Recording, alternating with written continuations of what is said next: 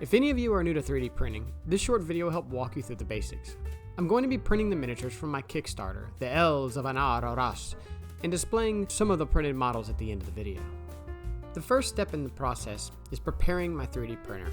I'll start by leveling the build plate, and I'll re-level my build plate before each print. I find I get a lot less failures whenever I do this, and it has now become a part of my regular routine. To level the build plate, first loosen the alignment bolts on the build plate. Then by clicking on the wrench icon, you go to the home screen, which will drop the build plate all the way down to the LCD screen. Make sure the bolts are loose before. I'll usually use the back page of the instruction manual as a spacer between the build plate and the LCD screen. Once the plate has come to a rest, I'll usually use my hands to push down evenly on the plate as I tighten up the pins with the Allen wrench.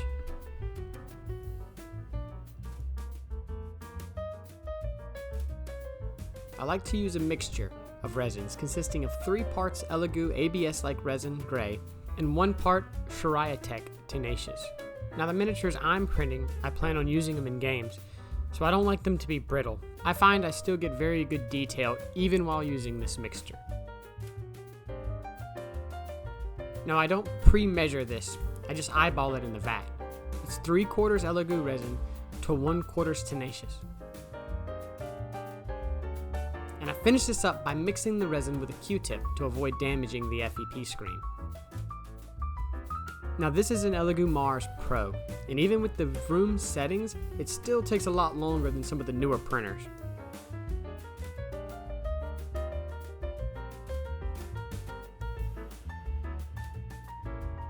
Now that all the files are supported, all I have to do is slice it, transfer it over to USB, and I'm ready to start printing.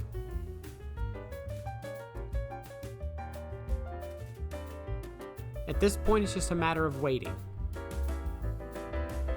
Once the print is done, I'll check the models on the plate to see if there were any failures.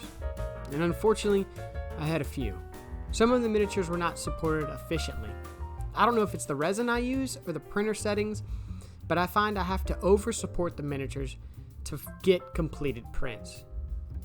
Any pre-supported files I've purchased in the past would always fail, so I've gotten used to supporting everything myself.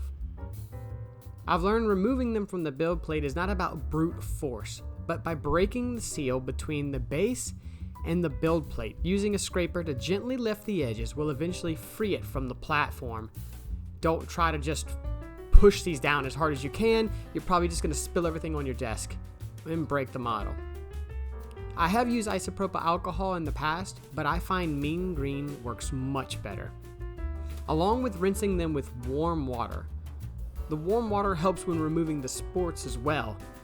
They'll break off with a slightly satisfying pop. But for some of the more delicate parts or the stubborn ones, I'll have to get my side cutters out. Now this is one of the most crucial phases. So wear your protective gear and make sure you get off all excess resin before UV curing.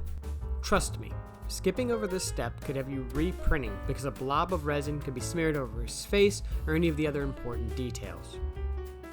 I'll then submerge them in water and cure them with my UV light. If you're having trouble with your resin feeling sticky even after curing it, try this out.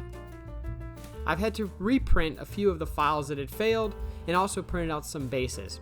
A little bit of fine tuning and some glue, and we're ready to put a coat of primer on to really try to pull out the details. And with that, we're done. It's nice to see my ideas be realized as physical miniatures on the table. The crisp details and high elf aesthetic that these miniatures give off is exactly what I was going for when I started this. There will be a link below for everyone who hasn't got the chance to support the Kickstarter. Thank you to everyone who helped support the Kickstarter. And I look forward to uploading these files so that you too can print your own Sun Elf army.